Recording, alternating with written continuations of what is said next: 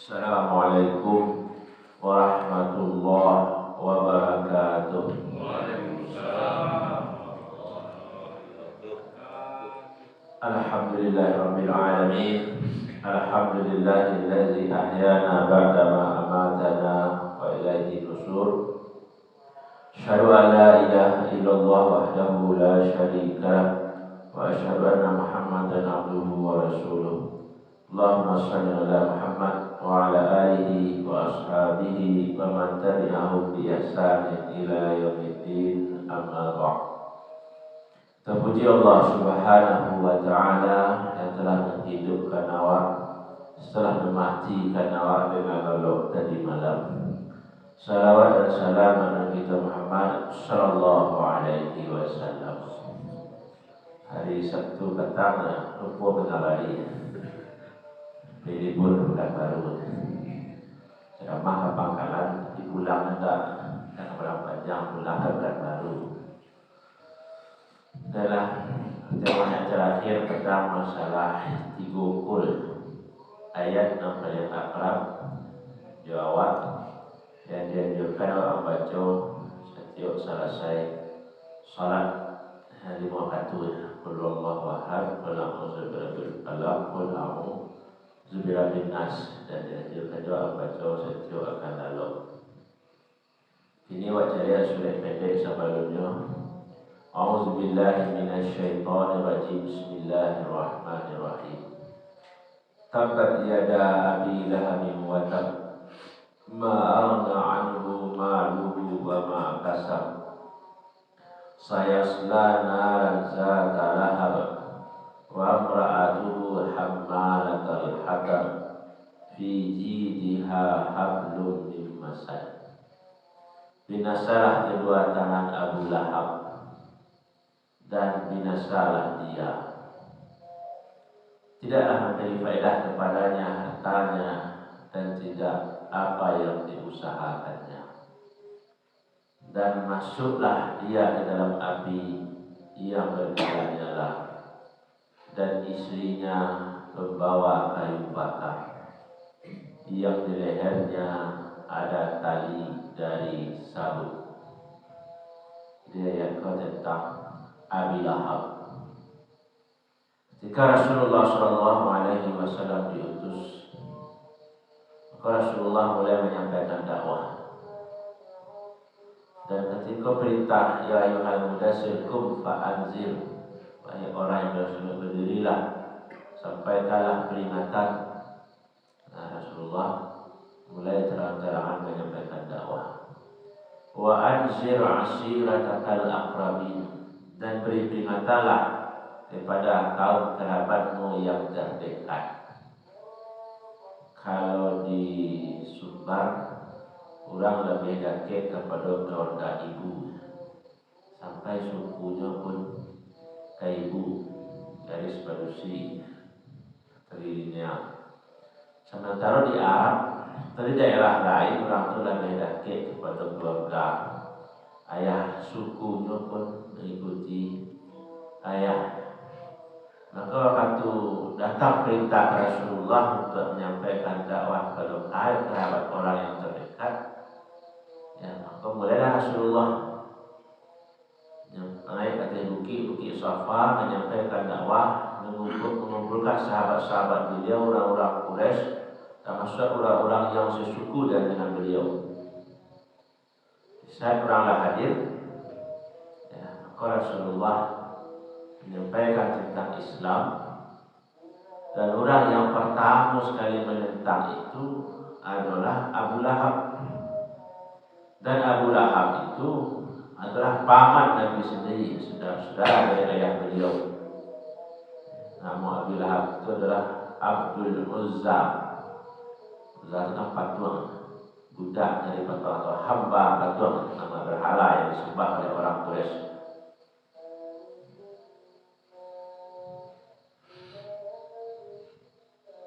Dan awak bisa membayangkan, awak ceramah, awak berdakwah, tapi yang menentang di buku awak itu adalah paman sulang dan orang lain. Dan itu terang-terangan kan baik. Itu tantangan dakwah Rasulullah Shallallahu Alaihi Wasallam.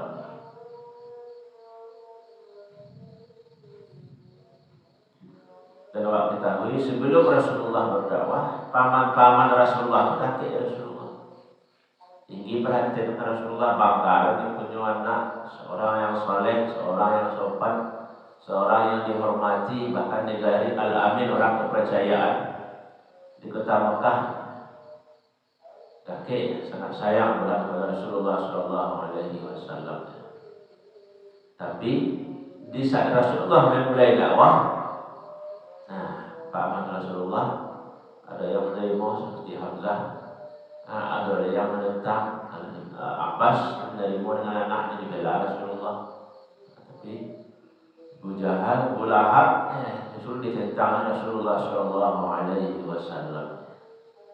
Karena Mekah itu zaman itu kota yang tak begitu gagah. Orang-orang yang di Mekah itu kalau dicari silsilahnya masih ada hubungan dengan Nabi saja. Apapun dengan kesukuan atau karena nikah kawin, suku Nabi nikah suku, karena orang tidak banyak. Mungkin ke kampung kayak Katampangan, kayak mungkin dari rumah ke rumah ada dua hubungannya. Kau nak tak dinyinya lah, dinyinya ketiga lah dulu anak mama, dan ada dua hubungan. Itu juga Rasulullah SAW di Mekah itu kepercayaan orang-orang yang ada hubungan dengan Rasulullah.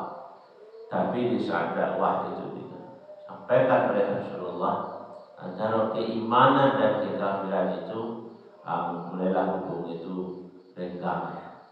Dan di dalam Islam hubungan yang perlu dikuatkan itu hubungan berdasar la ilaha illallah, persaudaraan karena akidah. Pentingnya persaudaraan karena akidah itu pun nampak waktu peristiwa hijrah.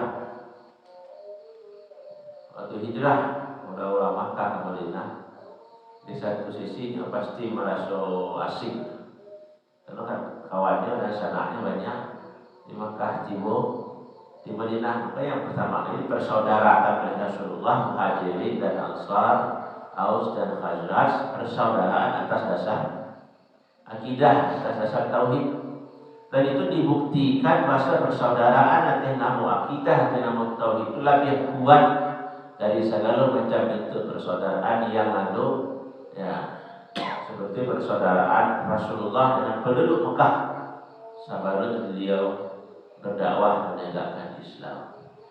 Pelajaran yang bisa dia bantu itu juga awak, juga keluarga awak, orang-orang yang kaki awak, tetangga awak, orang kampung awak, bahkan tua biasa-biasa saja mungkin kaki hubungan awak.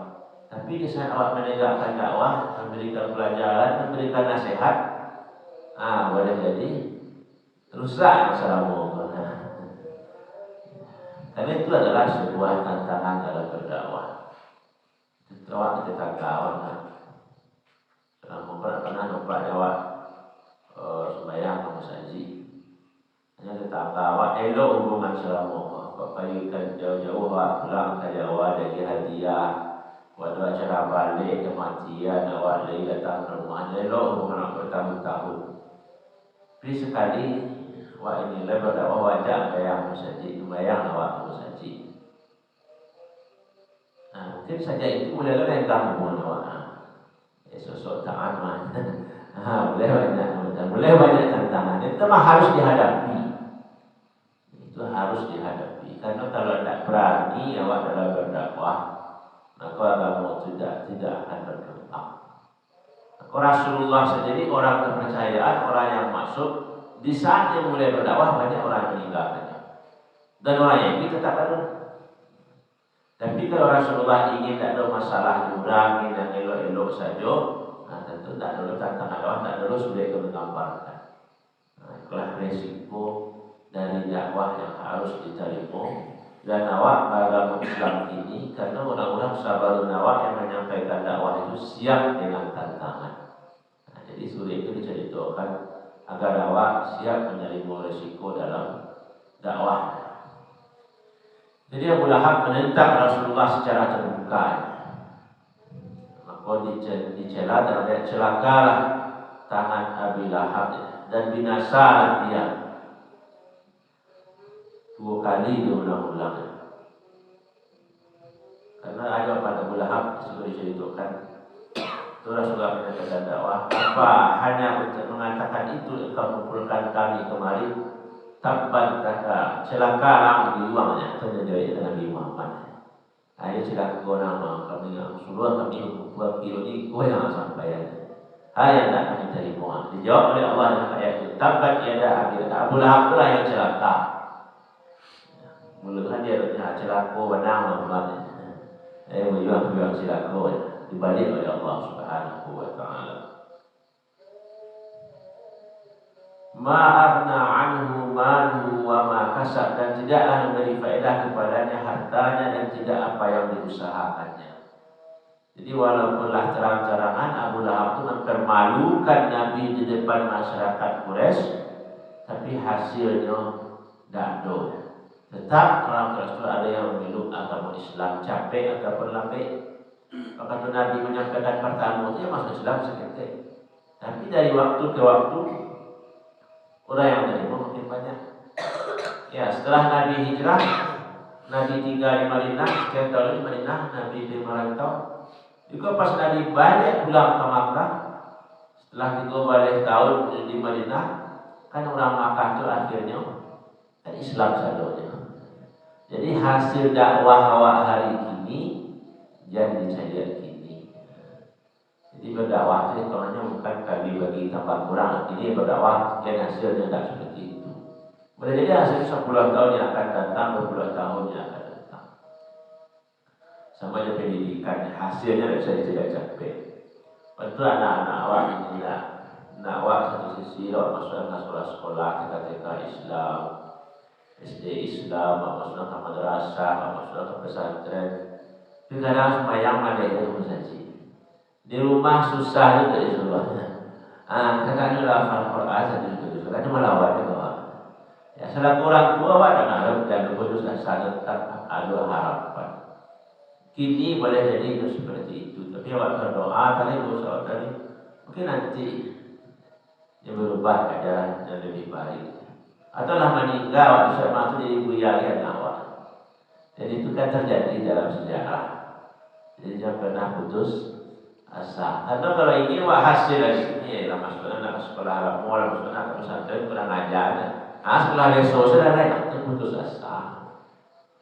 Jadi hasil pendidikan itu ini sudah jangka panjang. Jadi Nabi berdakwah 10 tahun di Makkah. Kalau hitung-hitungan jumlah orang, kan tak ratusan orang masuk Islam. 10 tahun lah Nabi di Makkah. Kita masuk Islam. Tapi 10 tahun yang akan datang, setelah Nabi berdakwah di Madinah, Rasulullah balik ke Makkah. Orang Makkah akhirnya masuk Islam saja. Yang jadi selama 10 tahun selama ditinggal Nabi itu jadi bahan pikirannya dengan Nabi. Lawan tahun Nabi itu banyak orang ikut Nabi. Awak ni kampung sendiri yang memang lebih kendong lama. Angka dia awak buah orang. Itu tak ada pikiran. Jadi nasihat-nasihat yang disampaikan guru-guru waktu SD, sampai guru waktu TK, waktu MDA dulu, kan lama orang lupa kan. Tapi di saya insya sadar mulai kamu tadi kata-kata ada pak guru ngaji pak balik. Kata-kata nasihat-nasihat guru waktu SD di luar pula tinggal namun sekian tahun ketua guru kamu dulu. Jadi dakwah itu satu hal yang wajib lakukan. Hidayah petunjuk itu tetap di tangan Allah Subhanahu wa taala. Ma'arna anhu maluhu, tidak bisa menolong harta-harta bagi Abu Lahab. Wa ma kasab, dan apa yang diusahakannya dengan menentang Nabi, menyerang Nabi. Kemudian berkatalah Abu Bakar kepada Nabi, apakah tidak engkau lihat bahwa dia melihat engkau? Nabi menjawab, dia sangat menghadapkan matanya kepadaku, tapi dia tidak melihatku. Allah menutup penglihatannya atasku. Ada beberapa catatan di situ. Itulah jadi Rasulullah tidak gampang, tidak takut, dan tidaklah putus asa. Mama seorang tentang masalah ceramah. alhasil dakwah. Rasulullah tetap istiqamah. Dan usau dari Abu Lahab itu tidak bisa mematikan dakwah. Saya naran zata lahab, akan masuklah dia ke dalam api yang bernyala-nyala. Itu hukuman nanti bagi Abu Lahab. Jadi kau kan sekaligus menyenangkan Rasulullah SAW, termasuk orang-orang lain. Karena kalau tidak ada ayatnya boleh jadi orang lain yang imannya masih lama baru masuk Islam. Abu Lahab ketentangnya kan itu. Dan yang ragu berpengaruh lah. Atau orang lain yang ingin menentang Nabi mencari mama saya menentang tanah paman sendiri menentang dan tidak. Ada orang lain terpengaruh dan maka dibacakanlah ayat saya selana zata lahab, akan masuk dia ke dalam api yang bernyala-nyala. Jadi orang yang baru-baru imannya tak boleh awal kena itu. Jadi ayat Al-Quran itu jangan awak bayangkan turun di Makkah itu yang mandana hanya orang-orang Islam saja. Kan waktu di Makkah itu Rasulullah berdakwah untuk bukuannya di rumah Arqam bin Abil Arqam, itu istilahnya Darul Arqam. Nah, Nabi menyampaikan sahabat dalam Islam di rumah itu. Yang lain-lain Abu Jahal, tokoh Quraisy itu menengah dari samping rumah. Yang dikaji dalam rumah, yang didengar orang. Bahkan diceritakan dalam riwayat sama-sama yang mendengar kata dia yang intip lah, yang intip lah. Nah, sama ni didengar itu dia mayon ni, tak ingin tahu lagi. Sama juga awak asal ada barang baru di kampung, di barang panjang, apa penasaran doa. Nah, seperti ini ada musim libur bang. Kalau objek wisata baru di situ penasaran doa, pindah ke situ. Karena tiba itu kecewa, kok gitu. Apa ya kalau apa? Oh, objek wisata banyak, kan api kepada, kan ada marawak penasaran doa. Abu Jah, Abu Sarukun, mereka tidak tiba-tiba kidulasi, salah wisata kan penasaran doa. Baik dulu kata Rasulullah menyampaikan wahyu, menyampaikan risalah itu. Orang-orang yang tidak beriman yang ada itu cuma ada ngalah sekitar rumah Nabi, ada baca orang, ada pelajari orang. Dan itu ya kan orang yang orang Quraisy yang cerdas yang ahli sastra, walaupun tidak beriman ayat kita orang itu isi ayat. Akhirnya sekian tahun yang akan datang dan hidayah dari Islam. Jadi dengan ada ayat kau berarti ancaman itu orang. Walaupun tidak beriman dan percaya sama sekali, nanti akan ada akibatnya. Wa qira'atuhu hammalatal hatab, dan istrinya yang membawa kayu bakar. Kalau risiko diartikannya, istri dari Abu Lahab itu nama raja, namanya Ummu Jamil, ibu yang cantik, raja namanya. Tapi ini ada diceritakan bahwa kayu bakar karena hanya nama yang Abu Lahab. Kalau untuk nama lusi itu nama lusi lo yang bayar gado memang pada sasi mah. Karena tak tahu diuntung mama sih dilawannya. Jadi tukang sorak-sorakan sampai-sampai orang dalam persekutusi adalah istri Abu Lahab. Timbul awaknya nama ante keluarga paman sendiri. Itu yang mempertahankan dakwah Nabi. Menyampaikan agar orang di Makkah tidak menerima apa yang disampaikan oleh Rasulullah SAW. Jadi menyampaikan nalimah, fitnah Nabi. Jadi disampaikan pembawa kayu bakar di situ adalah membawa api fitnah. Nah, di bulu-bulunya Nabi Muhammad. Sampaikan adalah orang-orang yang ada di Makkah, masyarakat sekitar itu membawa kayu bakar. Yang di lehernya ada tali dari sabut. Disambungkan ada tali di lehernya maksudnya. Ayat ini mengandung dua maksud. Pertama, membawa tali dari sabut, artinya karena bakhilnya dicarinya kayu api sedikit hutan, dililitkannya kepada lehernya dengan tali dari sabut kelapa kurma sehingga berkesan kalau dia bawa berjalan. Maksud kedua, membawa kayu bakar kemana-mana, membawa kayu bakar, membakar perasaan kebencian terhadap Rasulullah SAW, mengada-adakan yang tidak ada. Tali sabut menjerat kayu api fitnah, artinya bisa menjerat lehernya sendiri. Jadi istri Abu Lahab, setia Abu Lahab. Abu Lahab anti dakwah, hanya pun waktu itu jadi kerja sama suami istri, kerja sama bukan untuk kebaikan, tapi kerja sama dalam menentang dakwah. Abu Lahab terang-terangan ketika itu, dan bini ini ke rumah-rumah orang Quraisy. Kalau tiba jawabnya pergi ke pasar, montas dia tentang Muhammad. Kalau pulang balik itu tentang Muhammad. Jadi gambarannya tentang rumah tangga, sekaligus kehati-hatian, termasuk awak ibu. Dia punya cerita, dia diceritakan di situ. Kalau Abu Lahab ini sekali ini menentang hukum, tapi yang ibu pun di belakang, membantah, menghancurkan dakwah Rasulullah SAW. Jadi dalam Al-Quran telah diceritakan tipe-tipe suami istri. Ada istri Abu Lahab sama-sama rusak adunya. Ada istri Nabi Lut, ini menentang istri Nabi Nuh. Suaminya Nabi, ini bininya lawan pada menentang. Ada istri Fir'aun. Dan suaminya mengaku Tuhan malah, bukan sekedar ahli maksiat, bukan sekedar menentang dakwah, tapi mengaku sebagai Tuhan. Tapi istri Fir'aun diceritakan seorang istri yang saleh. Lagi dia rumah-rumah raja di Fir'aun dan istana-istana megah. Dan doa istri Fir'aun tetap Rabbi, oh Tuhan, bangunkanlah untukmu rumah di surga, selamat anak boleh nak buat Fir'aun.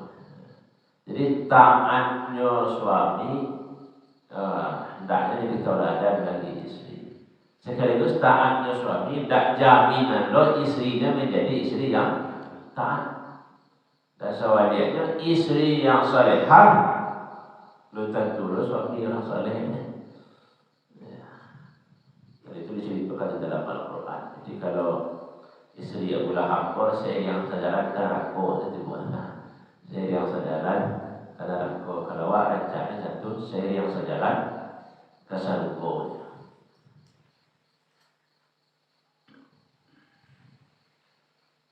Kemudian digambarkan meskipun Abu Lahab paman kandung Nabi Muhammad SAW, saudara kandung dari ayahnya, namun oleh karena sikapnya yang menentang Islam itu, namanya tersebut terang sekali dalam wahyu, sehingga samalah kedudukannya dengan Fir'aun, Haman dan Qarun, sama-sama disebut namanya dalam kehinaan. Jadi itulah orang-orang yang menentang dakwah. Mungkin waktunya menentang itu orang terkenal, orang hebat dia, hebat Abu Lahab. Orang lain datang menentang, talok. Ya mungkin waktunya menentang itu bakar, bangga. Orang lain takbir saja. Tapi si di belakangnya, apa sorangan orang kita banggaannya. Tapi sejarah berjalan, justru sampai kini namun ini sampai orang simbol orang jahit. Kalau Pajawu jadi yang Pajawu Lahab, orang tadi. Sama juga Qarun. Ayolah sekian abad akhir rumah ditenggelamkan, kekayaan ditenggelamkan, tapi kini asal sampai dalam barang dalam tanah, penabuh harta harus diulang-ulang orang diperlukannya. Jadi jangan sampai awak bantu itu. Dan awak itu dikenang orang dengan kebaikan. Itu pengendalian diri. Jadi Abu Lahab, Fir'aun, Qarun abadi namun sebagai orang yang jahit sepanjang sejarah. Yang kedua, surat Al-Lahab ini pun menjadi iktibar pelajaran bagi kita. Betapa hinanya dalam pandangan agama seseorang yang kerjanya membawa kayu bakar, menyebarkan fitnah yang kemari, dan memburuk-burukkan, membusuk-busukkan orang lain.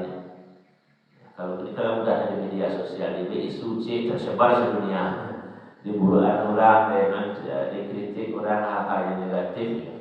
Akibatnya itu luar biasa, maka perlu kehati-hatian dalam memperburukan orang. Dan dapat pula dipelajari di sini bahwa orang yang hidup dengan sakit hati, dengan rasa kebencian, kerap kali bernasib seperti Abu Lahab, yaitu mati kejam dengan tiba-tiba. Bila menerima suatu berkah yang tidak diharapkannya, mungkin juga Abu Lahab ditimpa oleh penyakit darah tinggi atau sakit jantung. Dia berang tahu, saya banci tadi dia buruk saya kurang lain, akhirnya orang sukses ada yang dulu tiba kolesterol kan itu. Itu antara sakit hati ya, mutu bigaikum mati dengan kemarahan. Jadi seperti itulah orang-orang yang menyimpan kebencian kepada orang lain. Nah, jadi dia banyak salah husnuzan, prasangka baik kepada orang lain. Zamannya prasangka buruk, ia akan sampai hati itu semakin menderita kalau orang itu semakin sukses. Kemudian yang terakhir ya, dakwah adalah usaha para nabi, dan setelah Rasulullah wafat, dakwah itu adalah tugas awak menghidupkannya. Mulai menasihati orang-orang yang sekitar awak, suami, istri, anak-anak awak, cucu awak. Lebih dari itu menasihati, mengajak tetangga kepada yang lebih elok ya. Itulah dakwah. Dan dakwah itu penerimaan manusia itu bermacam-macam. Ada yang menerima dengan senang hati, alhamdulillah diikuti jadi sebuah sampaian. Ada yang mendengar dengan tenang tapi tidak diikutinya, alhamdulillah. Ada yang sebaliknya menentang, justru salah berdakwah itu awak akan dimusuhi dan awak tidak boleh putus asa. Kalau Nabi Muhammad langsung putus asa, langsung mundur dulu, tentu tidak berkembang agama Islam. Tapi rasa terus berdakwah, sebanyak elok, sebanyak itu loh nabaci. Lama lambe udah nabaci itu kadang elok loh banyak. Yang hidayah itu berada di tangan Allah Subhanahu wa Ta'ala. Ya, kita sampai di situ, semoga diberkahi oleh Allah Subhanahu wa Ta'ala. Billahi taufiq wal hidayah. Assalamualaikum warahmatullahi wabarakatuh. Waalaikumsalam.